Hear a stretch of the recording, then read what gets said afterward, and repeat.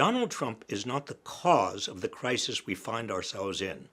He's a consequence. The last 5 decades have been marked by an explosion in wealth inequality and a growing distrust of America's institutions. They go hand in hand. Many Americans believe that the system as a whole is rigged against them. So how did this happen?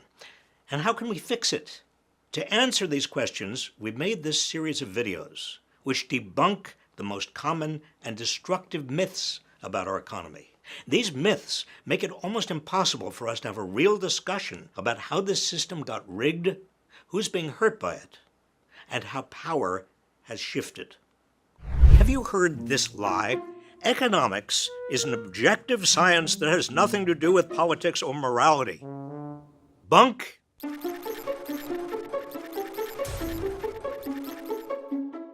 If you really want to understand the economy, you have to understand politics and also morality. They're treated as separate fields, separate disciplines. Each has its own experts and specialists, but the three are completely intertwined. In fact, through most of the 1800s, the field of study that we call economics was called political economy. People who studied it saw that the two fields were the same. Adam Smith, the Scotsman who wrote The Wealth of Nations in 1776, is considered the father of economics, especially by conservatives. But he never called himself an economist. He called himself a moral philosopher. Why? Because he was really interested in the meaning of a good society. That's what it's all about, or should be all about. What sort of society do we want? These are basically moral questions. A society has the ability to make its own rules and determine how much inequality is acceptable, how much poverty. Is slavery acceptable? Is it okay for young children to have to work? Should there be a minimum wage? Is it okay for an adult who works 40 hours a week or more to earn so little that her family is impoverished? Is it okay for children of the super wealthy to inherit so much wealth they never have to work a day in their lives? When we talk about morality, we can't avoid the issue of power. How much power should the wealthy have? Is it okay for a corporation to monopolize a market? Is it okay for workers to join together to form a labor union? In the late 19th century, economists began to de-emphasize politics and morals. They started treating economics as more of a science and less of a philosophical study that took into account morality. Alfred Marshall's monumental work, Principles of Economics, established economics as its own science in 1890. But economics, politics, and morality cannot be separated. We need to see the moral underpinnings of economics.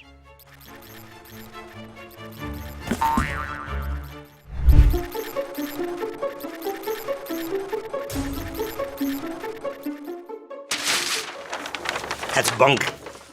Politicians of all stripes talk as if the rules that govern the economy are determined either by the free market or by government. But that's wrong. There can't be a choice between the free market and government because a market cannot exist without a government to organize and enforce it. A market is an arena where goods and services are exchanged. How that market functions depends upon rules determined by government. The rules govern property, what can be owned, monopoly, what degree of market power is permissible, contracts, what can be exchanged and under what circumstances, bankruptcy, what happens when borrowers can't pay up, and how is all of this enforced? These rules are decided on one way or another by human beings. But who exactly and whose interests are they represented? Over the past few decades, large corporations, Wall Street, and wealthy individuals have gained increasing influence over politics. Corporate tax spending has reached hundreds of millions of dollars a year. Business lobbyists spend 68 times as much on lobbying as labor unions. and big corporations march into courtrooms with platoons of lawyers. Simultaneously, centers of countervailing power that between the 1930s and 1980s enabled America's middle and lower middle class to exert their own influence have withered. For example, labor union membership has fallen from a third of private sector workers in the 1950s to just 6% in 2023. Small businesses have been replaced by giant big box and online retailers. Small investors by giant institutional investors. Political parties, once anchored at state and local levels, have become giant Washington-based fundraising machines. As a result, the rules of the American economy are now largely organized by big corporations and those with great wealth for their own gain. Ever larger upward distributions inside the market, from the poor and working class to the top, have become normalized as functions of a market that is assumed to be neutral. But remember, markets are not neutral. They reflect who wields power. Get ready for this lie. The richest people have worked the hardest and therefore deserve their wealth. Bunk.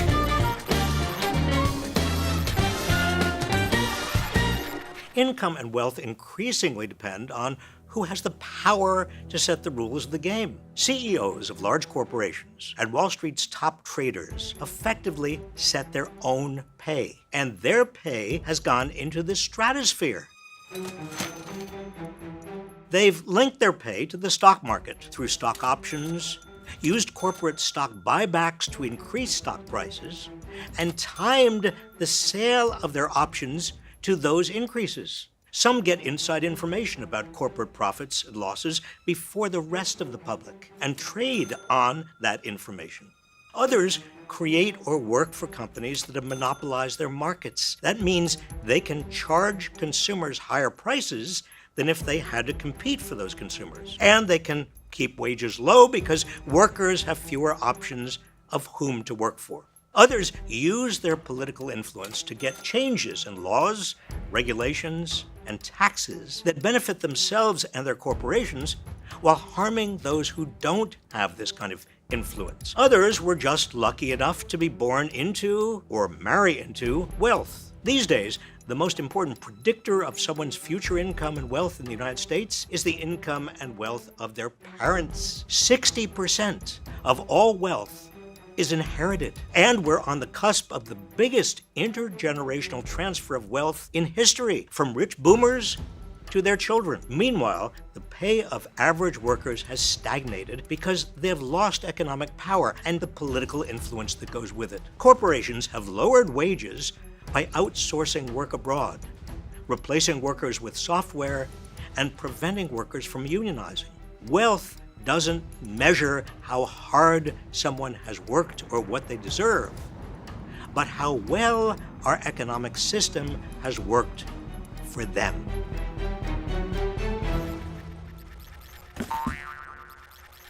Here's a barefaced lie. Corporate political donations are free speech. Rubbish.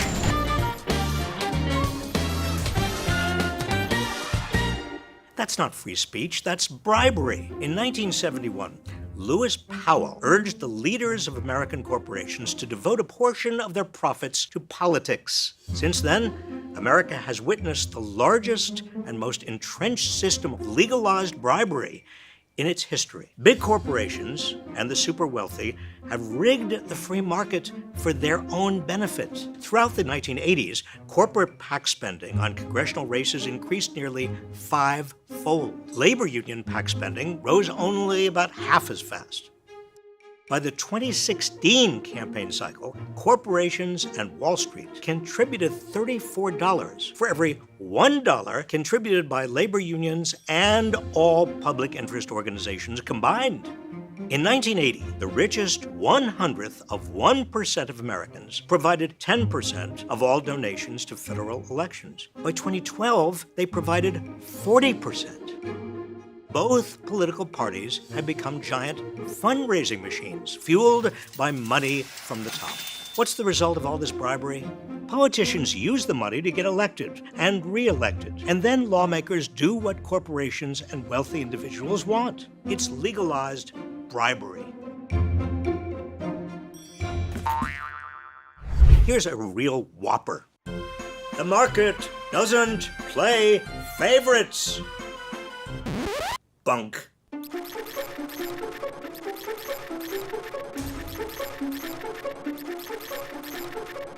Many of the most vocal proponents of the so-called free market have for years been actively reorganizing the market for their own benefit. They don't want us to notice what's happened over the last half-century, as big money has corrupted our politics. Laws that limit campaign donations have been weakened or repealed, allowing wealthy individuals and corporations to essentially bribe politicians. Antitrust laws have been virtually abandoned, with the result that big corporations have got much bigger and mergers and acquisitions far more common. So-called right-to-work laws have made it harder to organize labor unions, so the unionized portion of the private sector workforce has dropped to just 6%. High-paid bankers have pocketed huge sums while exposing America to extraordinary economic risk. After the 2008 Wall Street crisis and the taxpayer-funded bailout of the big banks, only one top banker went to jail. Corporations have been able to use bankruptcy to get out of labor contracts, but homeowners cannot use bankruptcy to protect their homes from being taken back by lenders. And former students can't use bankruptcy to protect their earnings from being garnished to pay their student loans. Hedge fund and private equity managers get a low tax rate on their incomes, courtesy of a special loophole that neither Democratic nor Republican presidents have closed. Lower trade barriers have enabled corporations to outsource work to nations that pay lower wages and then sell the goods back to the United States. Americans get the benefit of cheaper goods, but lose unionized manufacturing jobs. It's been a vicious cycle. Each change in laws has ratcheted wealth and power upward, making it easier for the wealthy and powerful to gain further legal changes that ratchet even more wealth and power upward.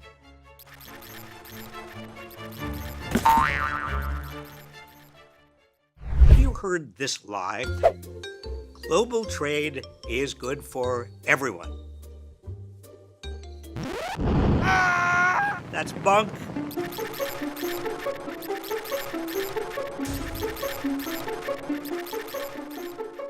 Many economists believe in the doctrine of comparative advantage, which posits that trade is good for all nations when each nation specializes in what it does best.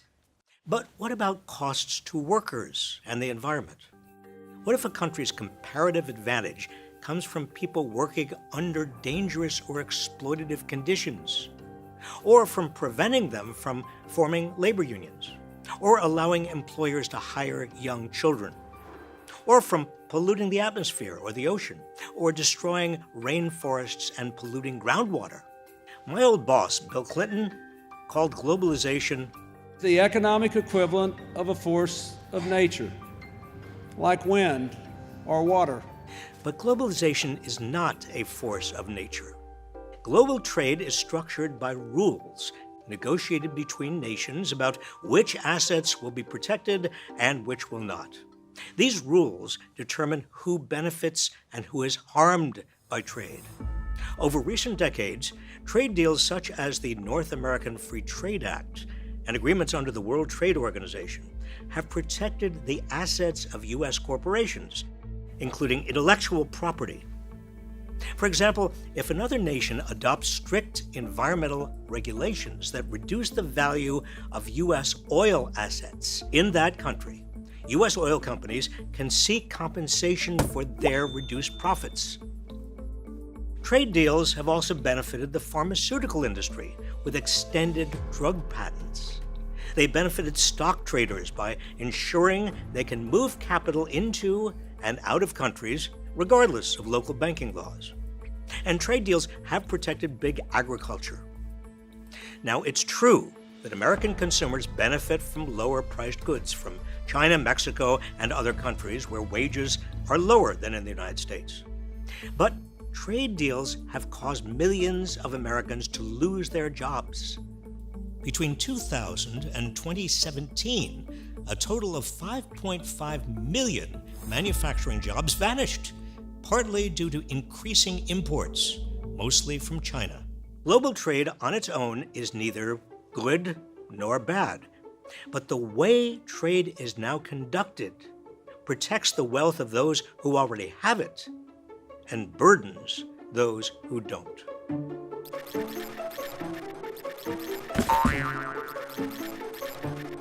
Here's a lie you'll hear on conservative talk radio.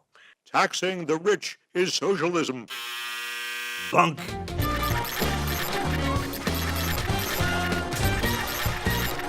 Far from being a socialist country, the United States provides corporate welfare for the rich while subjecting everyone else to the harshest form of capitalism in the world. Most Americans who lose their jobs are not eligible for unemployment benefits.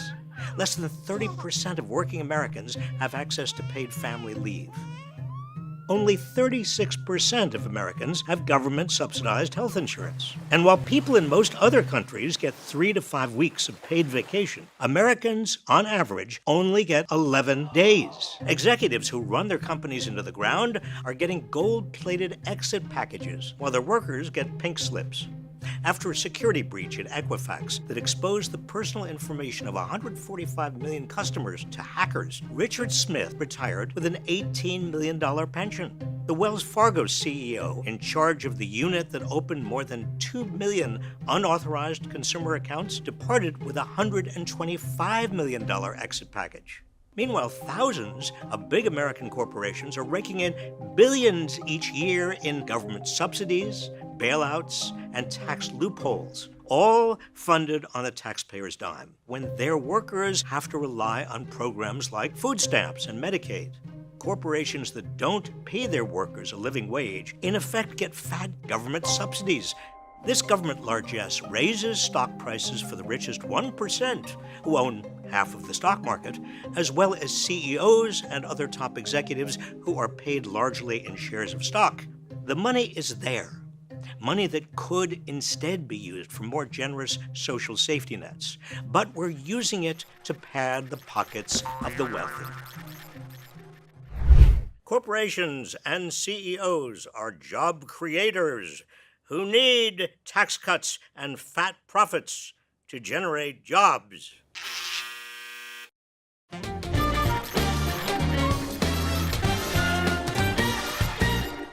Most American jobs are created by poor working and middle-class people whose spending on goods and services causes businesses to create jobs. If most Americans don't have enough purchasing power, businesses won't hire. In 1914, Ford Motor Company boosted its workers' wages. Their employees could afford to buy Model T Fords, enlarging the demand for Model Ts, thus creating more jobs at Ford. The Great Crash of 1929 ushered in the Great Depression of the 1930s because people didn't have enough money to buy the goods and services the economy could produce, which caused a vicious cycle of fewer jobs and even less money in the pockets of average people. The cycle only ended when the government stepped in through vast public spending on World War II. So when you hear that corporations need tax cuts in order to create more jobs, or that tax increases on corporations and the wealthy are job killers, know that this is baloney. The best way to create more jobs is to put more money into the pockets of more workers, which is why we need a higher minimum wage, an expanded earned income tax credit, and stronger unions that can bargain for higher wages. Remember, it's working people who create jobs when they have enough money in their pockets to buy.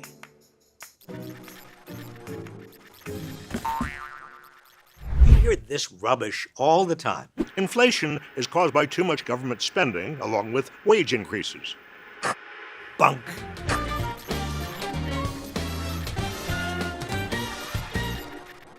Higher wages and government spending don't push up consumer prices. In many cases, mega corporations raise prices to increase their profits. They can do this because they face such little competition. Worried about sky-high airfares and lousy service? That's largely because airlines have merged from 12 carriers in 1980 to only 4 today. Concerned about drug prices? Between 1995 and 2015, 60 leading pharmaceutical companies merged to only 10. Upset about food costs? 4 large companies now control 85% of beef processing, 70% of the pork market, and 54% of poultry. Worried about grocery prices? Just 3 giants, Albertsons, Kroger, and Walmart, control 70% of the grocery sales in 167 cities. Monopolies can raise prices and keep them high because there's not enough competition to charge lower prices and grab their consumers away. Right now, responsibility for fighting inflation lies with the Federal Reserve, which raises interest rates to slow the economy when prices rise.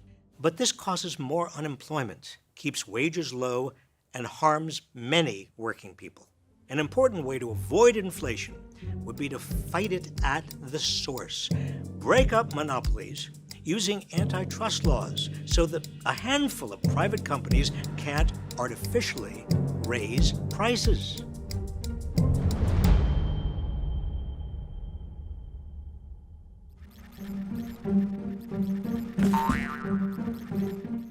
Many people fall for this lie. Unconstrained economic growth is always good. That's bunk.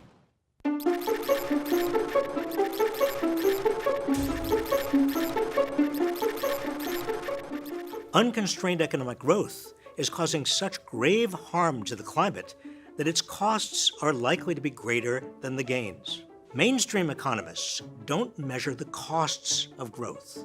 They talk about climate change as a so-called externality, as if it were just incidental to growth. Wrong. If you consider the deaths and injuries caused by chemical pollution, wildfires, more intense hurricanes and storms, the costs of growth are huge. It's possible to shift from an economy organized around growth to one organized around sustainability. How? Dramatically reduce the use of fossil fuels, limit what can be mined and extracted. Treat the earth the same way we treat any limited natural resource. We prevent overfishing by limiting the amount of fish that can be taken out of the sea over a given period of time. We should also limit the amount of gunk that can be put into the air. Limit how much plastic can be produced, how much of our coastlines can be developed, and how much land can be owned and developed. In other words, if we accept that the earth is a finite resource, let's also agree that infinite growth will destroy the earth. It's already on its way.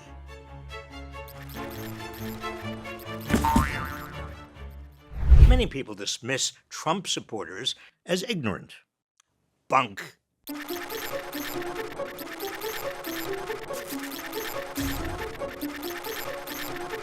If we want to reduce the lure of authoritarianism, we need to address its root causes.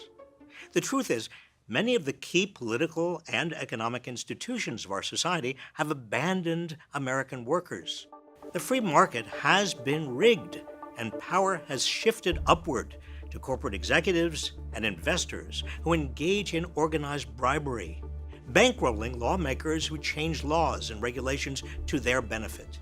This allows the powerful to monopolize, bash unions, pay lower taxes, make big financial bets on Wall Street, and get bailed out when they go sour, outsource jobs abroad, and pretend they're job creators who deserve all this power. By 2016, the richest 0.1% owned nearly as much wealth as the bottom 90% put together. For many people, the American dream has become a nightmare. Most Americans without college degrees are working longer hours than they worked decades ago and taking fewer sick days or vacations. Meanwhile, life expectancy has been falling since 2010 for Americans without college degrees. That's because income and wealth have direct impacts on health and longevity. They determine access to life-supporting services like high-quality preventive health care, nutritious foods, and housing. And income and wealth have a lot to do with whether someone is endangered by handguns, opioids, and economic stress. As a result of all of this, Americans have become angrier and more frustrated, more vulnerable to demagogues peddling the politics of hate. Gross inequality is the enemy of democracy. But this doesn't have to be our fate. We have the power to make a system that works for the many, not the few.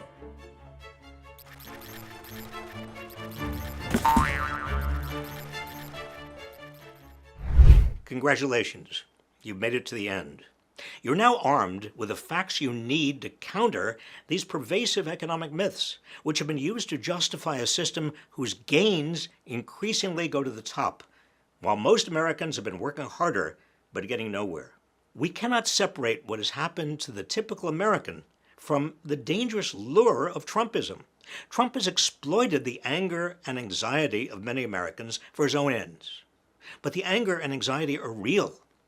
Unless addressed, they will continue to be exploited by other authoritarians long after Trump is gone. The first step to fixing the economy is understanding the real problem. Big money corrupting our politics and rigging the system against working people. So please, share this video to help spread the truth.